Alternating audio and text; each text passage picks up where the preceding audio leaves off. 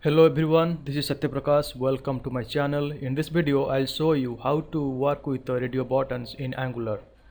So guys, before going through this video, please visit my last video, what is Angular Forms and this video is available in my playlist called Angular latest version tutorial. So before going through this, please visit this video, so it will get some ideas on how to create a Angular forms, and inside how to add the controls like text box, and in this video I'll show you how to add the radio buttons and how to work with the radio buttons. So I'll show you that. So I'll go to the presentation. So guys, in this video I'll show you how to create forms with the radio buttons in Angular, what is template driven forms, what is reactive forms, what is ngSubmit directive, what is ngForm directive, what is ngModel directive, and how to display property values of the form model using the JSON. So I already have point 2 to 7, I already have discussed these points in my last video, that is Angular forms. So still I am given some notes on this so that it will be helpful for you if you go for any interviews or any basic ideas on what is this. So guys, I have created one notes here. So before that, I'll show you one overview of this. So in my last video, I have shown you how to create a Angular forms, and in that form I have only added the two text boxes. One is full name, another one is email, but I want to include the gender radio buttons, and in that employee form. So in the gender radio buttons, so I need to add two buttons here. One is for male, another one is for female. So using that same form group and form control and the ngModel directive. Guys, so I'll show you the code. Before that, I am creating one notes here. So first of all, step 1, I need to declare the properties in the create-employee.component.ts. so this is the TypeScript or class file of this component. So I'll go to the VS Code. So here you can see the create-employee.component.ts. so in my last video I am adding only these two properties for full name and email text boxes, but now in this video I am adding the three extra controls. One is for phone number text box, one is for contact preference, it is the male or phone number, and gender for radio button male and female. So these three properties I am adding here. So in this file, and there is no much changes, only these three properties I am adding here. So this is the code for create-employee.component.ts. Step 2 is I need to create an employee form. You need to go to that HTML file, create-employee.component.html. So guys, here it is I already discussed that is what is employee form, and it is ngForm as well, and ngSubmit directive. It is called to the save employees. Employee form parameters have been passing here, and this method is defined inside the TS file. So this is all about I have discussed in my last video. So this is the I already shown you that this is the employee full name of, and this is the male part, male text box. So in this I am adding one new text box for phone number. So this is the input ID, text name, phone number, ngModel is phone number, and there is your contact preference, which is the user you want to contact through mail, email or phone number. So this is the code for the contact preference. So these are two radio buttons, one is for email and one is for phone number, and these are the respective ngModel directive. It is mapped to the properties here, contact preference. And the next one is for the employee gender. So this employee gender, it is a radio buttons, which is very important, like here the contact preferences. So these are the two things, one is for male, another one is female. And here the name attribute is required to group the radio buttons as one unit. Make the selection mutually exclusive. Make sure both the radio buttons have the same value for the name attribute, otherwise the radio button selection won't be mutually exclusive. It is also important that you set the value attribute for each radio button. The value is posted to the server when the form is submitted. So while we are here, also we are radio buttons. So these are two forms of radio buttons. One is for contact preference, another one is for employee gender. Okay, and this is the as it is, this is the save button as well. Okay, and this is for, it is showing the employee form submitted form values in the page using the JSON. This is employee form, whatever we have passed here inside the save employee.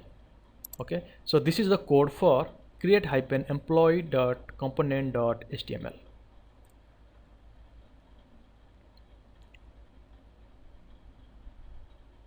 Okay, so go to the next step. Step 3, we need to import the forms model in app module file app.module.ts.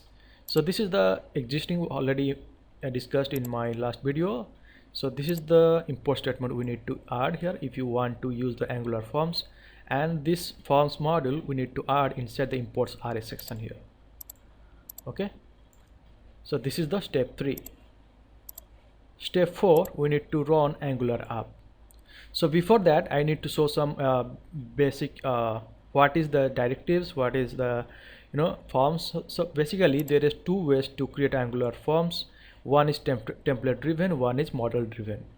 The template driven forms are generally used to create the simple forms. On the other hand, reactive forms are used to create the complex forms. For example, if you want to add forms control dynamically or perform cross-field validation, we use the reactive forms approach. So template driven variables, so has employee form is called the template driven variables, that is this one, right? And so it is, so this ngForm as the value for the template reference variable employee form. So employee form variable holds a reference to the form. When Angular sees a form tag, it automatically attaches to the ngForm directive to it. So what is ngForm directive? The ngForm directive supplements the form element with additional features. It holds all the form controls that we create with ngModel directive and name attribute, and monitors their properties like value, deity, and toast, and valid, etc. The form also has all these properties. What is ngSubmit directive? So it submits the form when we hit the enter key or when we click the submit button. When the form is submitted, it calls the save employee method. It's called, and when we passing it to the employee form. We don't have this method yet, and we have created this method in a component class. Okay, so this method I have created inside the employee TS file, employee component TS file, and this is called inside the ngSubmit directive, right? So ngForm directive, it is also one new point. It is provided by the Angular forms model. So for us, we able to use it when we'll have to import the forms model in our app module file, that is app.module.ts.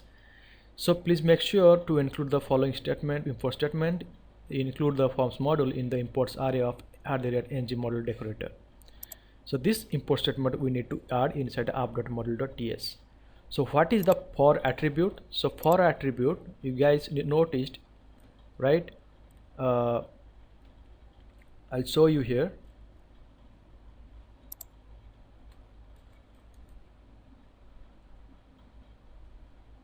So guys, here you notice everywhere I'm using inside the label control is for attribute, right? For example, I'm taking an example of employee full name. So this is used to link the label with its associated full name input control. With it the for attribute in place, when you click on the label, it is associated input element automatically receive the focus. Again, there is no Angular here, it is also standard HTML. So what is ngModel directive? It is used to creating the two-way binding, that is to keep the HTML element value and its corresponding component property in sync. And there is one new point for ngForm directive. It supplements the form element with additional features, properties like value, deity, toast, valid, and we can log the employee form to check the value properties, and we need to add this import ngForm type from Angular/forms, and we need to add the statements import ngForm from Angular forms. So this statement I am using here inside the TS file to capture the employee forms and display the properties values on the save button click. Okay, and this, okay, so that it will display inside this section. For example, if the user will type here form names Satya email is something, phone number, contact preference, and gender, it will display inside that whatever the inputs have been given by the user. Okay, so this is all about the nodes for this directive and attributes.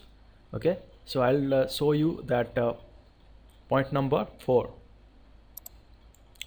So how to run Angular app? So run Angular app, I need to go to terminal, new terminal, and here at ng space -o, click enter. So guys, my Angular application is compiled successfully and I'm getting this URL. Okay, now I'll go to the create component, and this is the form after adding the 2 new features for phone number, contact preference, and employee gender. And this is the employees Angular generated employee form model. So I'll type here Satyaprakash, mail, phone number, okay, and the email, and here I'll type here the employee gender is male. Okay, now you can see Angular generated employee form model displayed here. Okay, same thing in employee contact preference, if you choose the radio button as phone and here employee gender as female, it displays the phone and female here, right? And this is mutually exclusive. This is radio buttons. At a time the user can choose any one, right? So it is working as expected. Okay, and one more thing I need to show, if you before this clicking on submit button and go to the inspect element, okay, go to the console, and here the input have been given by the user, right? And it will click on the submit button. So once click on submit button, the user can see this value for that, right? Contact preference is phone, email, full name, gender is male, phone number is this one, and this prototype. So these are very important when you go for any Angular submit form validation. So this data is more important on this part, right? So guys, it is displaying in the console tab of this browser in the inspect element, as well as Angular generated from employee form model. So I need to use some different names here, right? Mohan Das,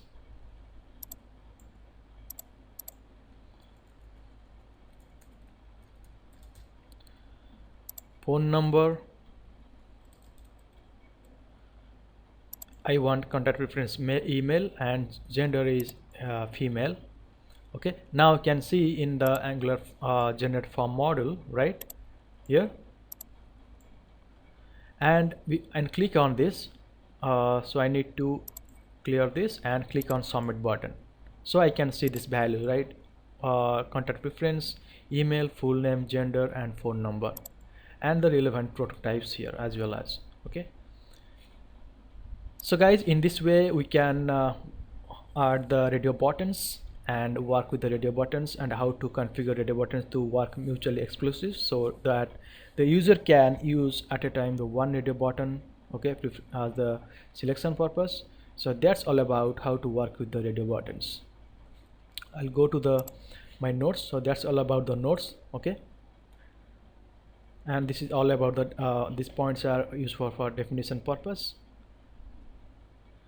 I'll go to the presentation here. So guys, that's it for today. Thank you for listening. Have a great day.